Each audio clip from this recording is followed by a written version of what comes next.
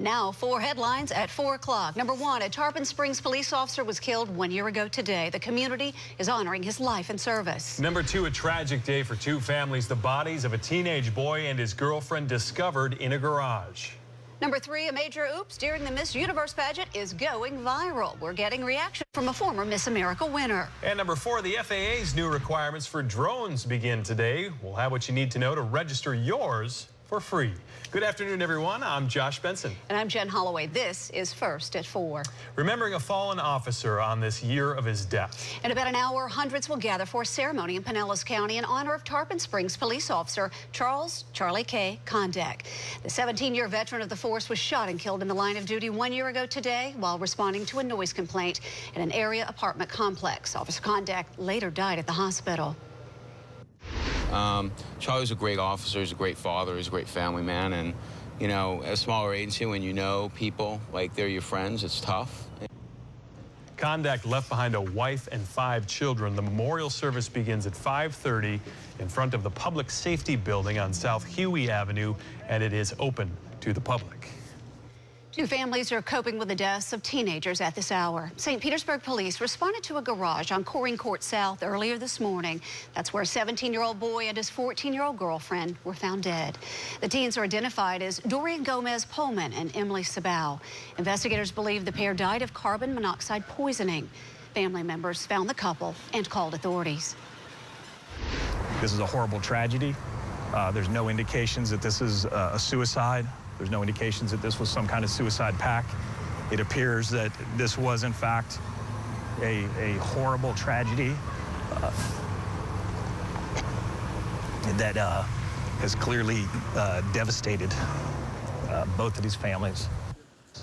Investigators tell us both teens lived in Riverview, but the boy's mother lived in a condo adjacent to the garage where the bodies were found in St. Pete. Well, just before midnight tonight, it will officially become winter. The first day of winter begins at 11:48 p.m. This is the moment of the northern hemisphere tilting farther away from the sun, the farthest point. However, much of the eastern half of the country is expected to see above average temperatures this week. These temperatures can be linked to the strong El Nino that affects climate patterns all over the world. And now your First at 4 weather. Here's Storm teammate meteorologist Lee Spann. And speaking of, it is a gorgeous evening. A few clouds have rolled in the last few hours or so, but it's still 81 degrees here at the Hula Bay restaurant. And yeah, Emoji Man is maybe just a little confused. Isn't winter supposed to start this evening? But we're going to see temperatures in the mid-70s, even well after sunset. And the sky will remain this kind of patchy cloud cover and quite humid right on through the evening and overnight. So what about temperatures? Well, officially 82 in Tampa right now, 81 in Lakeland, 82 in Venice, depending on how much cloud cover you've seen. Hotspot Northport down at 83. And this is obviously warmer than it was this time yesterday. Here's the perspective for you. In Plant City, Brandon, Brooksville, you're 7 degrees warmer than you were around 4 o'clock on your Sunday afternoon. You're 9 degrees warmer in Lakeland, 9 degrees warmer also in Clearwater. And again, some spotty cloud cover. And at times there may have even been a couple of very quick, very small showers in Highlands County and Southern Polk County. So we'll keep that in the forecast, but it's basically still a less than 10% chance through the evening. If you think this is warm, guess what? It's going up through the rest of Christmas week. 82 degrees for tomorrow afternoon, 82 on Wednesday, Christmas Eve 83, and Christmas Day, look at this, 83 degrees. That's obviously well above the average of 71, but 83 would actually tie the record. One of the warmest Christmases we've ever had here in the Tampa Bay area, even going up to about 84 degrees on Saturday. So I'll talk more about your rain chances as we get closer to seeing Santa Claus, guys, coming up. All right, getting a suntan on Christmas. How about that? Thanks so much. Thanks, Lee. Well, if you didn't see it live on TV, you have probably heard by now about the epic mistake at the crowning moment of last night's Miss Universe contest. Everyone is talking about this today, and as Mark Douglas reports, the whole world is buzzing how MC Steve Harvey crowned the wrong winner. Check it out. With that single word, MC Steve Harvey committed the biggest goof in Miss Universe history. I have to apologize. You can say that again, Steve. The actual winner was Miss Philippines. Horrible mistake. The first runner-up is Colombia. It is my mistake. If anyone can imagine what that moment was like for the two contestants, it's Seminole resident Nicole Johnson. It was heartbreaking to see the looks on the two women's faces, the confusion, the disappointment. Johnson was crowned Miss America in 1999 and feels terrible for Miss Colombia. I'm sure that she has her heart broken in an extreme way. Having taken the walk and waved to her family and felt that exhilaration, and then to stand there with the uncertainty, just painful. Former Miss America Nicole Johnson says what happened may be a big disappointment for Miss Colombia, but it's not the end of her life by any means. I'm Mark Douglas, News Channel 8. Thanks, Mark. Now let's take a look at your headlines from Hollywood. Taylor Swift is making a fan's dream come true, and The Hunger Games is finally knocked off the box office list. Rick Damigella has your Hollywood Minute. Taylor Swift spreading lots of holiday cheer to one very lucky fan. The pop star surprised a 12-year-old girl who is battling cancer by showing up at her Colorado home. Swift made the special stop after a social media campaign aimed at connecting the singer with one of her biggest fans grabbed her attention. Country music singer Reba McEntire and her husband Narvel Blackstock have divorced after 26 years of marriage. McEntire announced over social media their divorce was finalized in October. Their rep says Blackstock, who is also Reba's manager, will continue to work together. And there's a new #1 at the box office, Star Wars: The Force Awakens, bringing in an estimated $238 million. Thank you. Coming in second, Alvin and the Chipmunks: The Road Chip, with an estimated $14 million. I would love to. And rounding out third, Sisters, raking in nearly $13 million. For Hollywood Minute, I'm Rick Damigella. Well, in the new year, we're on your side at a new time and a new channel. Jen and I will be anchoring the News Channel 8 at 8 on Great 38. A lot of 8s there. I promise it's going to be good, and it starts on January 4th. That's right. We're very excited about it. It's going to be an hour-long newscast. It will be 7 nights a week. We'll be here Monday through Friday. You'll have a couple other folks on the weekends, but we're very excited about it. Kind of a nice time, too, because some people get home too late, or some people want to go to bed early, so 8 o'clock is right in that sweet spot to get the latest news. So we look forward to that, and we hope you join us. That's right. All right, so now once again, News Channel 8 at 8 o'clock on Great 38 starting January 4th. It is a full hour of local and national news, weather, and 8 on your side stories that matter to you. So look for Great 38 on cable channels on your screen. Still ahead on First at 4. Security on Florida's college campuses is a hot-button issue right now. Coming up, why schools are asking lawmakers to help them beef up security. And also ahead, it's the busiest day of the year for the Postal Service, but if you have not shipped your presents just yet, it's okay. We're going to tell you how you can get it to your loved ones by Christmas. Eagle 8 coverage is brought to you by 1-800-ASK-GARY. Now, more First at 4. Florida's 28 state and community colleges are asking lawmakers for $74 million to beef up security all across the state. That's right. And our Capitol Bureau reporter Mike Vasalinda tells us only a few of those campuses have a sworn law enforcement presence. Right now, there are only 5 state colleges in the state of Florida that have sworn police officers on duty 24 hours a day. The colleges are asking for money to change that. 'Tis the week before Christmas, and across the state, college campuses are all but empty and closed. But despite the calm, here at Tallahassee Community College, police officers remain alert.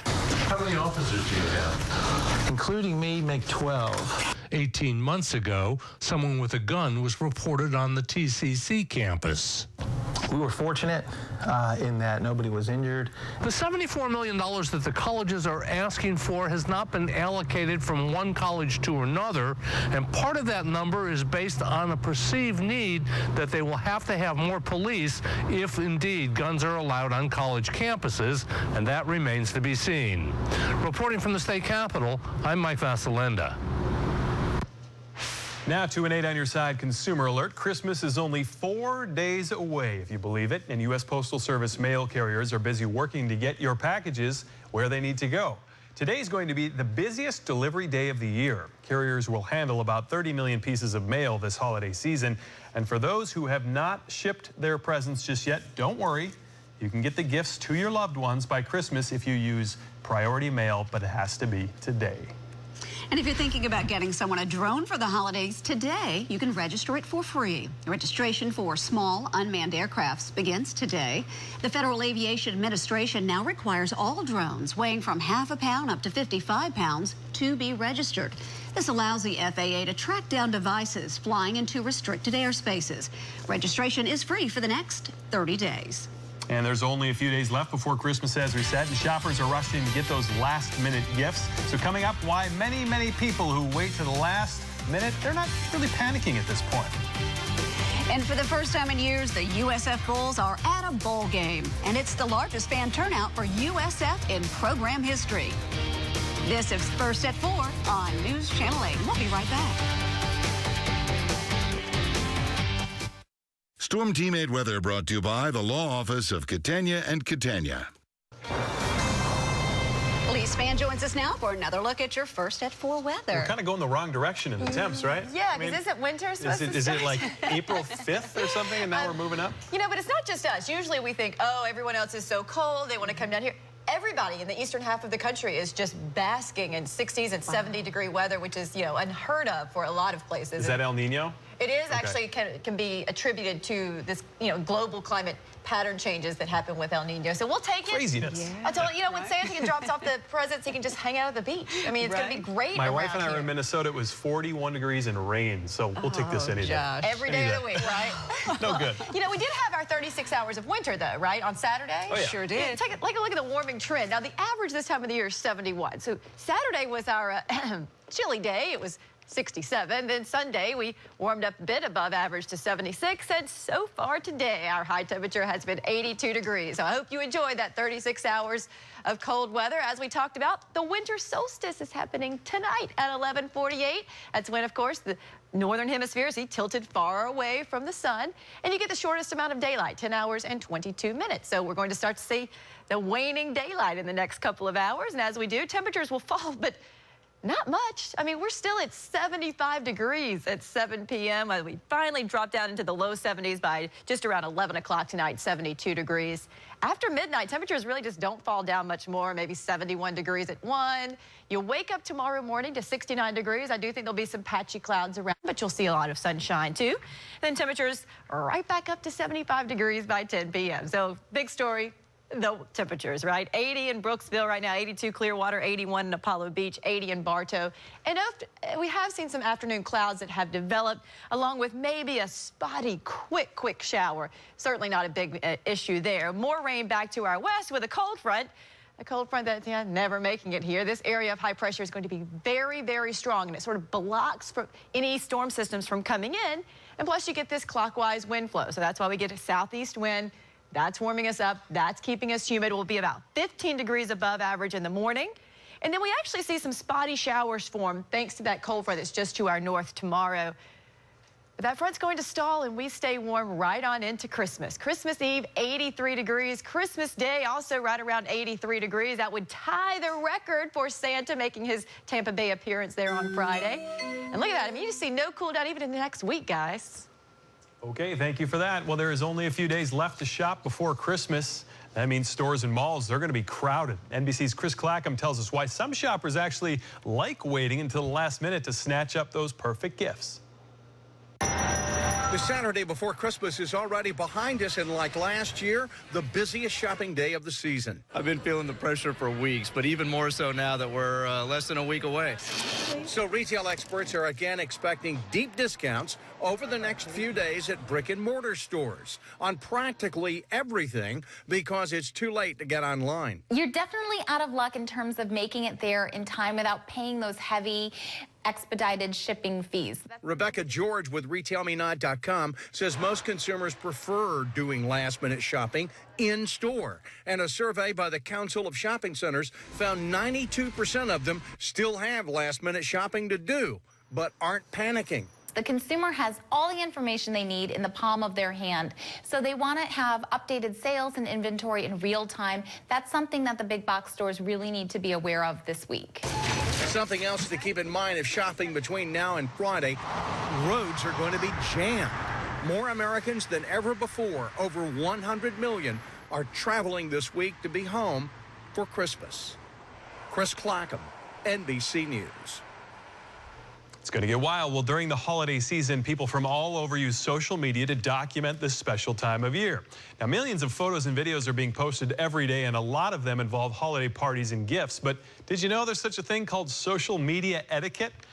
You probably should. 8 on Your Side has what you need to know. And joining us now is Jonathan Sellers from Illuminate Local. You use social media every day. Thanks for being here, by the way, on this little holiday week. Always, yeah. But holiday is going to be a big time now for people to post where they've been, what they're eating, break down to everything. So there is etiquette involved now in social media, right? Yeah, definitely. And I think it really comes down to the purpose of how people use social media. And it's really a lot of people are showing the good side of their life. So, so if you're on social media all day and you're just seeing all these awesome things that people are, all the parties that people are going to, the presents around their tree, if you don't also experience those things, it can negatively affect you. And so I think it really comes down to just being aware of that. So, yeah, there is a science here that's at play because, yeah, everybody's showing off, like you said, the best things that are going on. So how do you curb that? I mean, you don't want to just not show anything that's fun just to appease people who may look at that negatively. Where's the balance? Right, because it's definitely your social media and you want to use it for, you know, for your benefit so you can remember these great memories. But I think it really comes down to, you know, just being a little cautious of exactly what you're showing. So rather than show the picture of your tree with just a huge pile of presents, maybe show a family picture or you and your friends around the tree. But, you know, just little things can make a difference for people who maybe not be so fortunate as you are. As a matter of fact, we ran a story last week of a woman who showed her tree, and I don't know where this was. It wasn't huge backlash. And it was up to the top of the tree of presents. So that was sending the wrong message, like, hey, chill out a little bit, right? Yeah. Because people are thinking that's a little tacky. Yeah. Okay, so how about holiday party invites? How do we manage those, and how do we deal with those? Well, this one, I mean, this goes all year, but especially holiday parties because everybody has their tacky sweater party and they want all their friends to come. So, you know, really, people want you to RSVP for those. So, you know, if you're going to go, just go ahead and mark that yes if it's a Facebook. A lot of people use group text to invite their friends for their parties. Some people, you know, it's an argument, what's the best method? I think Facebook is the best because it's a little less obtrusive. Those group texts, you know, if you get 10 people texting back and forth, your phone might blow up. Do not disturb. Yeah, exactly. Yeah. All right, some great tips for holiday etiquette on social media. We appreciate it, Jonathan. All right, we'll send it back to you, Jen. Thanks. Well, in this day and age, employees work all different hours from day shifts to overnights. Well, experts say that working overnights increases your risk for a dangerous drive home. Researchers tested 16 shift workers. More than a third of those workers nearly crashed their cars. Almost half of the tired drivers stopped the study because they couldn't control their cars. Now to an interesting study on dementia. A new study from Finland says there's some evidence that singing may help those in the early stages of dementia. Researchers in Finland asked participants to take singing lessons, while the others just received standard care. After 10 weeks, the singing group showed signs of improvement in memory and navigation skills. All right, now it's time to check your first at 4 sports. Dan Lucas doesn't have his holiday sweater on yet, but someday you'll probably bring it in, won't Not yet. You know, in the office, we have a tacky Christmas tree. To put a shot of that on the air. That matches your sweater. It's like the Stanford mascot, we were told once. So there you go. Hey, 'tis the season. College bowl games underway, and the USF Bulls. Go Bulls. Have center stage today. In fact, the Bulls are on the field as we speak in Miami, playing in their first bowl game since the 2010 season. So this is an exciting time for the Bulls program, which went through an early season turnaround. And earlier today, Bulls fans took over Marlins Park in Miami for their game against Western Kentucky in the Miami Beach Bowl. This is the second year for the game, and it's turned out to be a nice addition to the pre-Christmas bowl game lineup, and could be a step to even bigger things for the Bulls program in 2016. But the fans we ran into today, looking forward to a return to a fun bowl game atmosphere. We're partying here, then we're partying in Miami Beach, and that's it. It looks like the Western Kentucky fans are nice. Everybody's friendly. It looks like we're all going to have a good time and a big party. South Florida, go Bulls! All right now the score, when I came downstairs, it was 14-7 Bulls right before halftime. Western Kentucky was driving those. So we're going to have the finish for you in sports at 6 o'clock. All right, don't look now, but the Lightning beginning to get on a little roll here. They've won 3 out of 4 games, including Sunday night's 5-2 win over the Ottawa Senators. As play begins tonight, the Bolts are just 1 point out of a wild card spot in the Eastern Conference, which in December, that means pretty decent shape, considering all these injuries. Every game is a new game, and it's been tough this year to get wins. Obviously, as of late, we've been able to get a few wins, so hopefully this homestand we can get some wins and get feeling better about ourselves as well. It's been a pretty good stretch. I think even look back the last 10, 12 games, it's been pretty good. If we can continue that winning percentage up in that stretch, we should put ourselves in a position where we want to be. But the Bolts not in the clear when it comes to these injuries. Center Brian Boyle left Sunday's game after a blow to the head. Head coach John Cooper has already ruled him out of tomorrow night's game against the Vancouver Canucks. So we talked yesterday about all these call-ups, these minor league guys coming up, contributing, and it's keeping this team alive. When this team gets healthy, how good can it be? Oh, they're going to be great. They've got to be there, though. That's the, that's the challenge. When you see the spark, and they're starting to you have home games coming up, too. They have been, home, away. They had long road stands, and they've been hanging in there. 5 games at home now, and they're going to be home all the way to the 5th of January.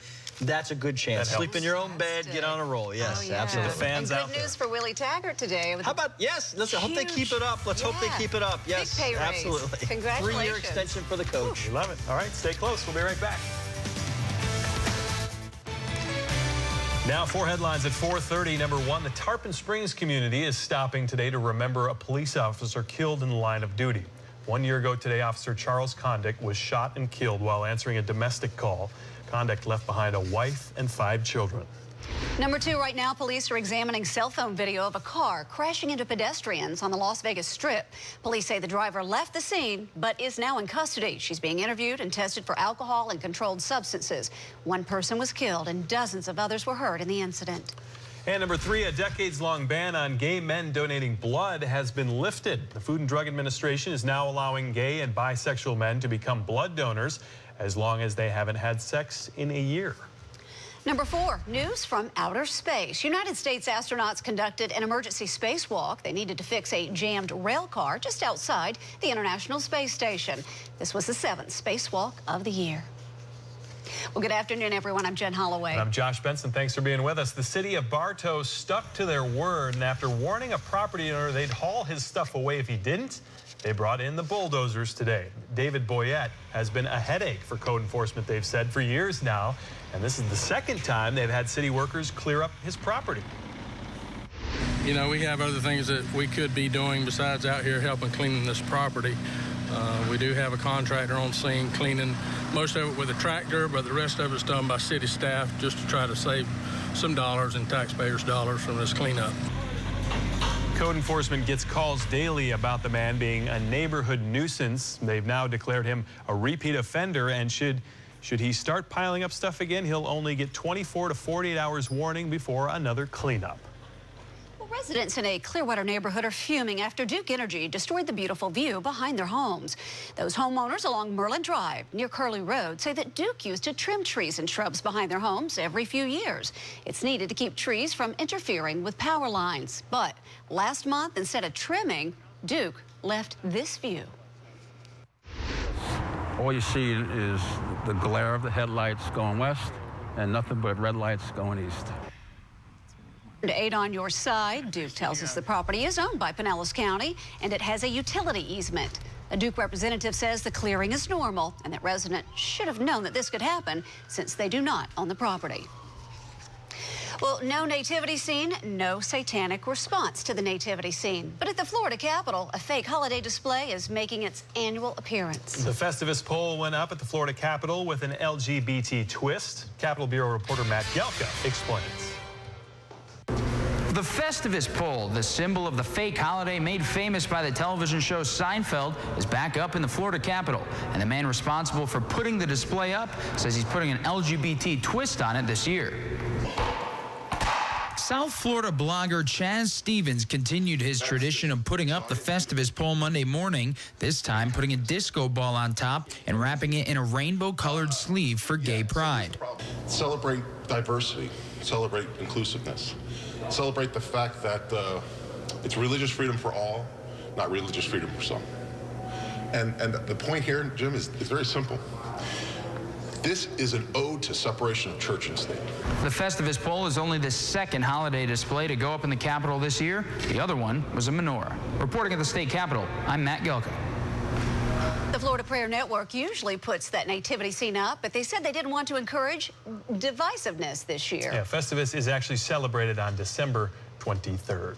All right, now let's turn to Storm Team 8 meteorologist Lee Spann for a look at the weather. Yeah, the last few hours of fall, and you know what? As we turn into winter, isn't it nice that at Frenchie's on Clearwater Beach you can play some volleyball out on the beach? Oh yeah, it's a little cloudy, but it's still 81 degrees. A little different as a little cooler and a little clearer over the weekend. This is a gorgeous picture from Polk County, right on the lake there from Terry Mann as the sun set on a rather cool Saturday evening. Certainly, we've warmed up quickly from there. It's 82 now in Plant City and Tampa, 72, a little cooler in St. Petersburg, but everybody's warmer even than this time yesterday. Lakeland, you're 9 degrees warmer. It's 7 degrees warmer in Brooksville, 6 degrees warmer in Tampa even than yesterday afternoon. And as I mentioned, the clouds have really rolled in.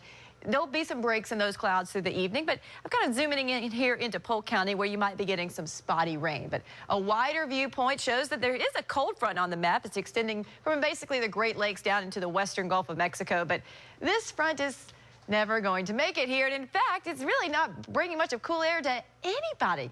The last few hours of fall, this is amazing to be seeing 72 in Dallas, 54 in New York. 23, the only below freezing temperature I can find in Billings. So warm days for us, low to mid 80s for the rest of the week, which means near record highs for Christmas. Just spotty rain chances on tomorrow and Wednesday. And hey, take Christmas out by the pool. Open those presents. 1 p.m., 81 degrees, 6 p.m., 80, partly cloudy. Can't beat that, guys. All right, thank you much for that. Well, 8 is on your side with what you need to know to plan your morning commute. Here's Leslie Lacey with a look at tomorrow's traffic today. Hello there. Hope you're enjoying your afternoon. I want you to know about a ramp that has opened up, folks. And guess where it's close to? West Shore Mall and also International Mall, not too far away from there, so it might ease your commute a little bit.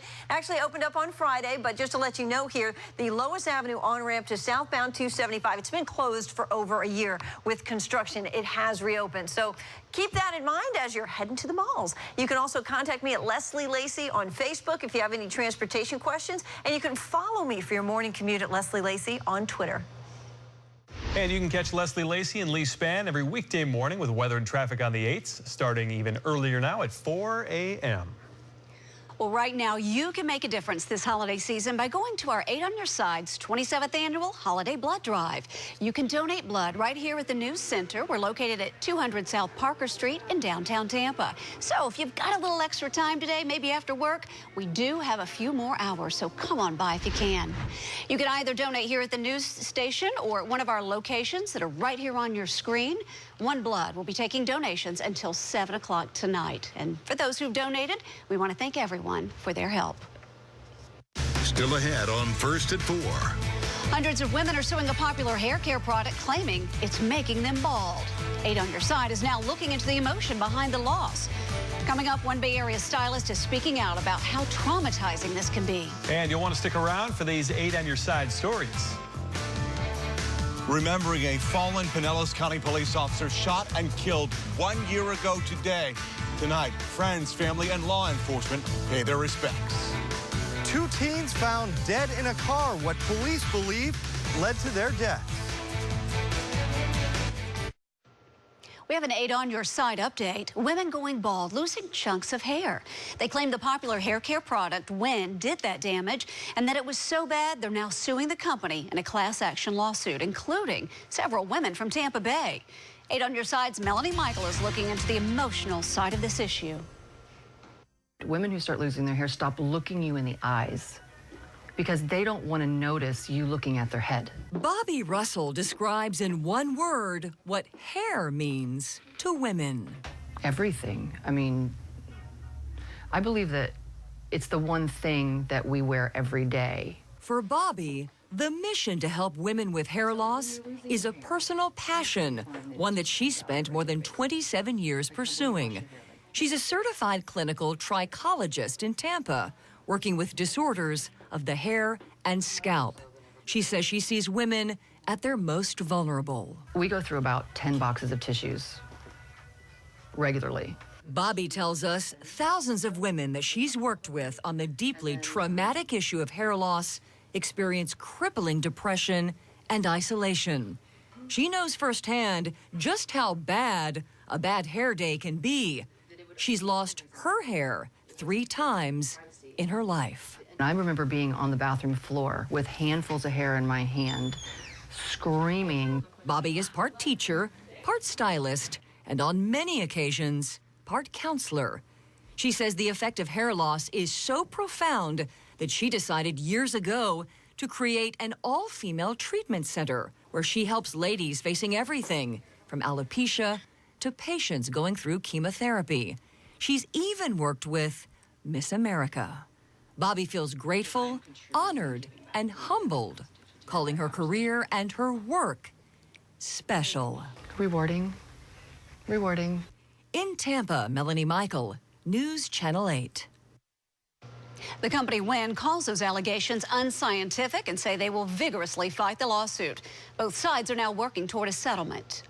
Well, some say it is liquid gold. Argan oil comes from a unique tree found only in Morocco. It's used in spas daily, but now the trees are near extinction. These trees grow in harsh environments and withstand intense heat. The oil from the trees is used in medicine and in food. The tree once covered the entire North African region. Well, the Bay Area enjoyed a cold snap over the weekend, and now the temperatures are heading the other direction. They're going up. We have an update on your forecast after the break. Also ahead, a warning from 8 on Your Side. Well, you need to be careful when you buy noisy toys for your children this Christmas. Many people consider the holidays to be the best time of the year for making memories with friends and family. But for some, it can be a very difficult time. 8 on Your Side's Erica Edwards shows us how this time of the year can really affect those who have food allergies. 11-year-old Zach Churchill has severe peanut allergies, and like most people with allergies, he's become an expert on reading food labels. I have to read everything, dig through the trash, and be like, oh, is this okay? And then go dumpster diving for ingredients and all that to see if it was okay. The holiday season can be problematic for those with food allergies because it's hard to know the source of food at parties and get-togethers. If you're the host, hold on to food labels so your guests with food allergies can double-check the ingredient list. Even a small amount of an allergenic food, if that gets in something unexpectedly, could potentially cause a reaction. And beware of cross-contamination. All utensils and surfaces should be scrubbed with soap and water and wiped clean. If you're the guest, experts recommend making the host aware of any food restrictions you might have as soon as possible. And don't dive into any unknown party dips without a backup plan. If you don't have your EpiPen or your AvaQ, you shouldn't be eating because you never know what's going to be in something. You could always host the party yourself, having your guests provide non-food items like drinks and utensils. That way, you're sure to prepare foods that are safe. Erica Edwards, NBC News. Here's one other suggestion. Guests can also be asked to bring along craft projects that do not include food. Some good ideas there. Well, 8 is on your side and has a safety warning for you that may make you think twice before buying some toys for your young children. Now, many toys at the stores are noisy and they could drive us crazy, but it turns out they could also harm your kids' ears. NBC's Jeff Rawson is putting these toys to the test. Squeaking, rattling, singing. This week, kids excited to get their hands on toys like these.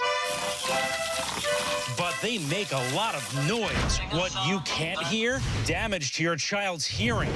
It's called noise-induced hearing loss, affecting an estimated 5 million kids. A recent study naming loud toys as a cause. The CDC says it develops over a long period of time, listening to anything over 85 decibels of sound.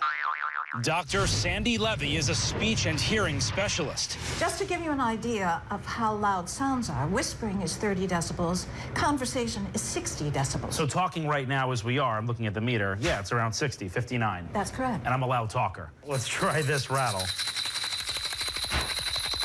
Hitting 90 there. Hitting 90, which is way above safe listening levels. Believe it or not, that's as loud as an electric drill. And this wheel toy? That got up to about 91 decibels. about as loud as a hairdryer. I think I speak for a lot of parents who have a lot of these toys at home. I know my kids play with them every single day, and to me, they hear just fine. That's the thing about noise-induced hearing loss. It's gradual, and the parent and the child will not necessarily notice. But the most surprising test? This toy horn. Over 106 decibels with that toy. Way over. Way over. Just to give you an idea how loud that is, what if I told you that some toys are just as loud as an ambulance screeching by with the siren on? Yeah, I didn't believe it either. So we got ourselves an ambulance, and we have the audio meter. Let's hit the siren. Look at this. Just under 100. You can kill that. Just under 100. Some of the toys we tested are even louder than this. The Toy Industry Association telling NBC News they consulted with an audiologist when developing a sound limit for toys, and that no toys intended for children have been found to be dangerous based on their sound level. This Christmas, think safe listening and limit the amount of exposure to loud toys.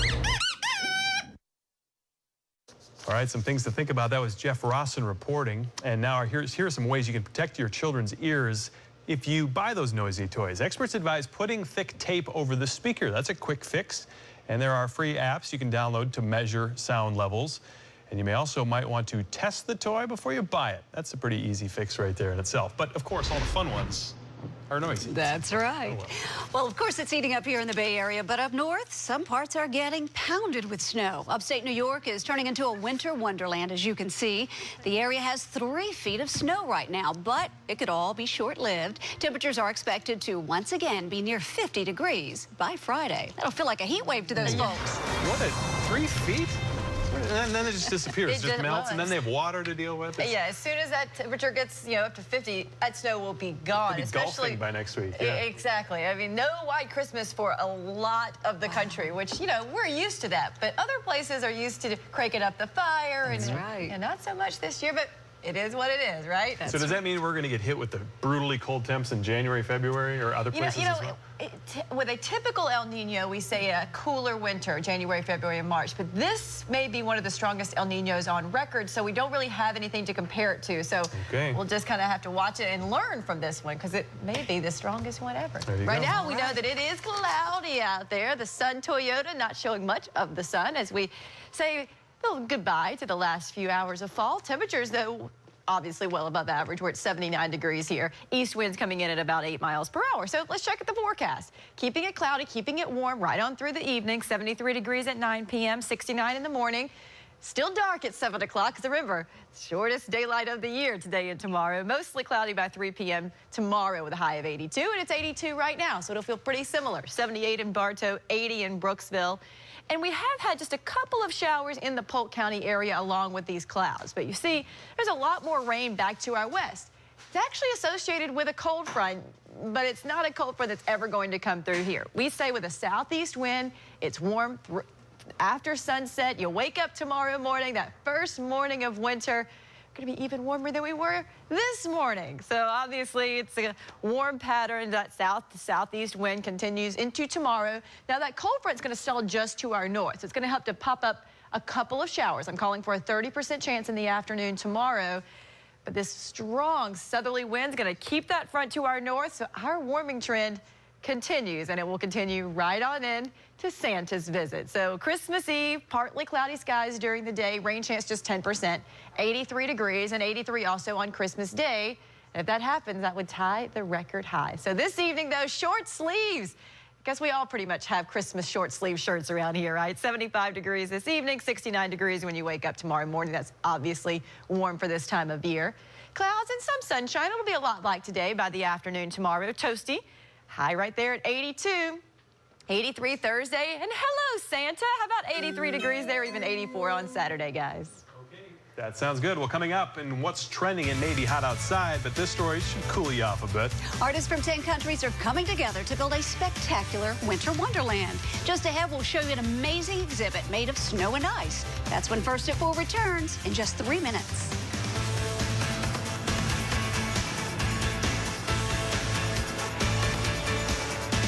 It was a mistake of universal proportions. Steve Harvey announcing the wrong winner in the Miss Universe pageant. Local former pageant winners weigh in and give us their perspective. And we're live from the Miami Beach Bowl as USF takes to the field. Coming up. Closed captioning brought to you by the personal injury law firm of Culpepper Kurland. Auto accident? Call Culpepper Kurland. Aggressive, tenacious, Culpepper Kurland. Welcome back. Now take a look at what's trending online today. Beginning with a very interesting invention in the works, an inflatable ferry. Who would have thought? A Slovenian company is hoping to revolutionize water transportation by creating the inflatable ferry. This type of ferry would be able to carry cars, heavy machinery, even large groups of people. The ferry is developed through handmade drop-stitch technology. This kind of synthetic rubber used in inflatables is resistant to scratches and extreme temperatures. It can also be made into different sizes and can be inflated in just minutes.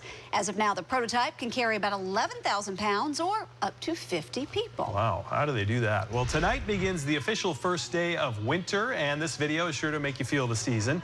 This is the 1001 Arabian Nights Sculpture Festival near Berlin, Germany. And for 3 weeks, international artists from 10 countries have carved and shaped figures and objects made of ice. The creators worked with more than 300 tons of ice, snow, and sand. Now, the artists come from several countries like Japan, Canada, and Russia, but the breathtaking art exhibit is only up temporarily. The festival that celebrates the beauty of winter runs until the end of October next year. Boy, those artists have cold jobs. Well, it was certainly a sight to see over the weekend in Colorado. More than 300 tuba and baritone players played the sounds of the holiday season at Denver's Skyline Park.